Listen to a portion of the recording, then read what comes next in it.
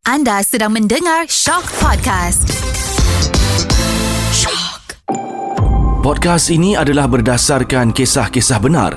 Segala perlakuan berunsur syirik tidak digalakkan sama sekali. Budi bicara pendengar dinasihatkan. Bayangkan jika anda berada di sebuah kawasan yang tiada penghuni. Di dalamnya berbunyi suara-suara gaib yang penuh misteri. Di sebalik situasi seram ini, mungkin ada entiti yang sedang memerhati tanpa anda sedari. Kerana setiap ketakutan itu datangnya dari firasat maupun sifat kosong dalam diri yang tiada penghujung. Inilah cerita hantu seram. Niat tidak menghalalkan cara. Sebuah ungkapan yang sering diucapkan bagi ditujukan kepada mereka yang cuba melakukan perbuatan di luar hukum Allah Subhanahu wa taala. Jadi apakah yang dimaksudkan ini? Assalamualaikum dan salam sejahtera pada anda. Seperti biasa, Abang Wan di dalam cerita hantu seram musim yang ketiga di Shock Podcast. Bagi kali ini kita akan membicarakan tentang tajuk hidangan syaitan.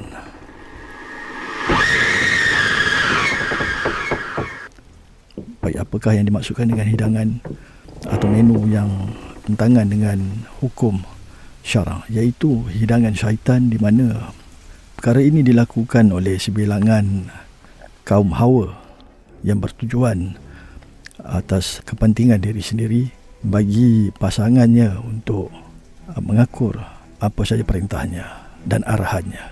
Hidangan ini lebih dikenali di kalangan orang-orang Melayu dengan panggilan nasi kangkang. Tujuannya ialah seperti mana yang kita tahu, ada sebahagiannya yang dah sedia maklum, nasi kangkang ini hanyalah bertujuan untuk mengatur kehidupan bagi mengarahkan menunduk pasangannya, suaminya sendiri, bagi mengakur apa saja arahannya. Ini cukup mengaibkan sebenarnya perlakuan ini, di mana perlakuan ini biasanya dilakukan bagi mereka yang tidak memahami hukum Allah dan tidak menjaga amal ibadah dia dengan syarak dia betul. Namun apa yang dilakukan ini sebahagiannya tidak faham sebenarnya apa kesan daripada apa yang dilakukan, kerana apa yang dilakukan ini sebenarnya berkaitan dengan makhluk-makhluk halus. Contohnya seperti mana yang pernah abang lalui daripada cerita-cerita sebahagian daripada rakan karib abang sendiri, di mana setiap kali rutin kami untuk mengadakan apa-apa saja aktiviti minat kami seperti bermain bola, dan pada malamnya kami akan keluar sama-sama untuk meluangkan masa bersama sahabat-sahabat karib. Tapi bila sampai di satu masa setelah beliau berumah tangga, ini kejadian pada tahun awal 2000. Kejadian ni berada di sekitar Shah Alam lah, di mana kawan abang ini kebiasaannya sebelum beliau berumah tangga, kami sentiasa happy, gembira keluar berjumpa dengan kawan-kawan dan sahabat-sahabat anda yang lain. Tapi bila masuk tahun kedua beliau berumah tangga, keadaannya mula berubah, di mana keadaannya mula menjauhkan diri daripada kawan-kawan, kurang gemar untuk meluangkan masa menonton bola sepak di kedai mamak. Jadi terasalah sebilangan kawan-kawan ni yang biasa keluar ni, kami 4-5 orang, merasakan jugalah satu perkara yang janggal. Tapi pada awalnya kita tak berapa nak menganggap perkara yang bukan lah. Kita akan beranggapan dengan berfikir dengan cara yang positif, ya. Jadi kita anggap perkara tu tak ada apa-apalah. Tapi bila lama kelamaan fikiran kita mula dah rasa lain. Bila keadaannya mula kusut masai dan tak terurus. Ini kebiasaan yang berlaku bagi mereka yang bermasalah dalam rumah tangga, yang berkaitan dengan perkara-perkara yang mengusutkan seperti membabitkan makhluk-makhluk halus ataupun berkait dengan sihir. Jadi berhati-hati. Bila sebahagian pada kawan Abang Wan ada yang pergi ke rumah beliau, jadi berlakulah satu konflik di situ, di mana yalah kan, kita tak boleh silap sikit dia mula melenting. Itu antaranya lah. Kita tegur berkaitan dengan isterinya yang tak ada di rumah, yang sering keluar tapi tinggal dia seorang-seorang. Kenapa dia tak keluar, luangkan masa bersama-sama dengan kawan-kawan yang lain? Tapi itu membuatkan dia rasa berang. Tak boleh ditegur. Sebab sebelum ini kita tegur apa je pun dia sedia terima. Tapi dalam keadaannya yang kusut, masa dia dah mula macam ada sikap panas baran, dia dah timbul. Jadi kawan-kawan mula dah rasa satu tindak tanduk yang pelik. Jadi ini sebahagiannya untuk kita ketahui simptom-simptom dan elemen di mana sikap beliau seseorang yang disihir ataupun kena dengan berkaitan dengan yang kita panggil santau. Inilah sebahagian pada tindak tanduk yang pelik. Jadi bila diselidiki, sahabat Abang Wan ini yang biasanya dekat, dia menjaga amal ibadah dia, waktu solat beliau, waktu puasa yang dia selalu buat, puasa sunat pada setiap hari Khamis. Jadi perkara-perkara tu dah tak wujud, dah tak timbul lagi. Kita dah boleh nampak perubahan yang ketara mereka-mereka yang mengalami simptom yang Abang Wan masukkan tadi. Jadi bila kita selidiki secara diam-diam, kita bersepakat lah dengan kawan-kawan 2-3 orang ni yang mula berasakan ada sesuatu yang tak kena. Jadi kita membuat keputusan untuk manggil salah seorang kawan, sebahagian daripada sahabat Abang Wan yang merupakan juga seorang yang pandai dalam bab hal ehwal yang berkaitan dengan perkara-perkara misteri. Jadi kami sepakat terus ke rumah beliau pada satu malam. Kebetulan pada hari itu ialah hari Khamis malam Jumaat. Kami mula ke rumah seorang sahabat ni lah yang bermasalah ini. Tapi apa yang kami alami ialah ada timbul satu bau yang kurang menyenangkan. Ada kalanya busuk, ada kalanya bau seolah-olah macam bau kemian yang sangat kuat daripada luar rumah. Dan lebih menggerunkan apabila salah seorang sahabat Abang Wan yang dalam kereta kami tadi ke rumahnya nampak seolah ada satu kelibat yang lalu di hadapan rumah beliau. Jadi Abang Wan ambil keputusan, Abang Wan turun dan keluar terus pergi ke belakang rumah kawan Abang Wan ni bersama dengan kawan Abang Wan yang ustaz ini tadi. Jadi kami bertindak untuk meneliti dengan lebih lanjut apa sebenarnya yang berlaku dekat kawasan rumah yang dilihat oleh kawan Abang Wan tadi. Jadi ternyata apa yang ditemui itu adalah merupakan jembalang. Satu jembalang yang menampakkan penyerupaannya yang berbulu besar, seakan-akan seperti monyet yang mempunyai tangan yang panjang, ekor yang panjang, kemudian mempunyai mata yang merah. Lebih menggerunkan lagi apabila apa yang Abang Wan nampak pada ketika itu, sekujur tubuh benda itu adalah seperti manusia, tinggi, lebih tinggi daripada Abang Wan dan sahabat Abang Wan ni tadi, ustaz ni tadi. Kami cuba meneliti dengan lebih lanjut. Apa yang lebih menggerunkan ialah benda itu bertindak seolah-olah menghalang kami daripada mendekati kawasan rumah kawan Abang Wan tadi. Jadi salah seorang kawan Abang Wan yang antara bertiga kami tadi bertindak memagah rumah tanpa pengetahuan kawan Abang Wan tadi dengan membaling garam kasar dan juga yang bercampur dengan lada hitam. Kemudian sebelum bertindak tindakan itu, pintu belakang rumah kawan Abang Wan tadi terbuka. Dibuka oleh siapa? Dibuka oleh isteri kawan Abang Wan ni tadilah. Dia buka, dia seolah-olah macam dia tahu kehadiran kami pada waktu itu.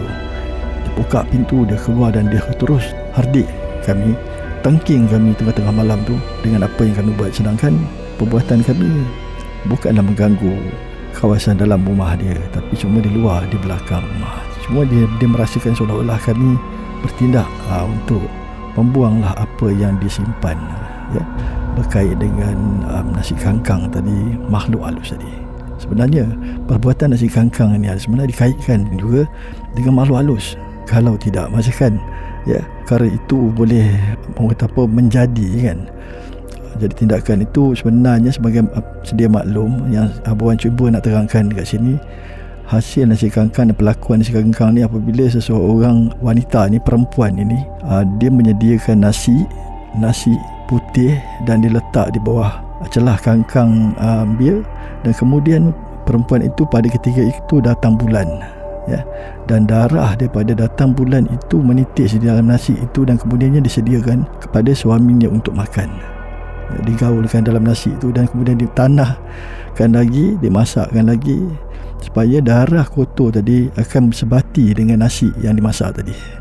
Dan itulah hasilnya dengan mentera-mentera yang dipelajari mungkin daripada beberapa pihak yang mungkinnya bomoh, yang dari kategori bomoh yang bersifat jahat. Kat sini secara tak langsung pelibatan daripada makhluk halus, contoh dia iblis dan jin, ini lebih hasilnya lebih menjadilah dekat situ. Jadi apa yang berlaku ialah dia akan menundukkan suami ni tadi untuk patuh segala arahan dan perintah si isteri ni tadi. Na'udzubillah min zalik. Sebenarnya perbuatan ni cukup salah dari hukum agama kita. Apa yang berlaku seterusnya, sambung pada cerita dia tadi, alhamdulillah kawan Abawan bertindak dengan apa yang dia buat tadilah. Terus dia tazkirah pada isteri dia tadi, dan kemudian dia pegang isteri kawan Abawan tu yang cuba pukul ustaz ni tadi dengan kayu daripada belakang rumah tu. Kita cuba mengelak dan pegang, dan dia bacalah surah-surah yang sepatutnya bagi membuang apa yang ada dalam badan isteri ni tadi. Kemudian dia jatuh dan pingsan. Kemudian kawan Abawan yang suaminya keluar dalam keadaan yang terpinga-pinga lah. Apa yang kami buat ni, dia mula merasakan macam ada sesuatu yang tak kena. Dia hampir sedar. Bila kita masuk, kita terangkan dengan dia, bercerita dengan lebih lanjut ikut pada kepakaran ustaz kawan Abawan yang tadi. Alhamdulillah sekalinya dapat kami atasi lah. Jadi perlu diingatkan, segala perbuatan dan syirik dan khurafat ini adalah satu perbuatan yang mungkar pada hukum Allah Subhanahu Wa Taala. Perlu diingatkan juga, hidup kita ini hanyalah sementara. Jadi itu sebahagian daripada cerita Abawan yang suka Abawan kongsikan dekat sini. Sebahagian daripada nasi kangkang ini, dia ada pantang larang dia bagi mereka yang mengamalkan perbuatan nasi kangkang ataupun yang Abawan panggil sebagai hidangan syaitan. Sebenarnya pada ketika suami itu makan, ya, ini Abawan sambung daripada cerita tadilah, penyediaan makanan daripada hasil nasi kangkang.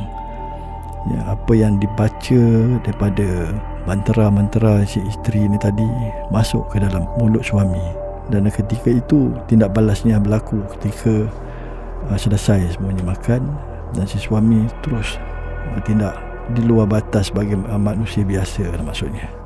Dan dekat sini tentang sihir ini tadi, Abang sukalah kongsikan dengan satu doa ya, untuk kita kongsikan bagi mengelak daripada sihir.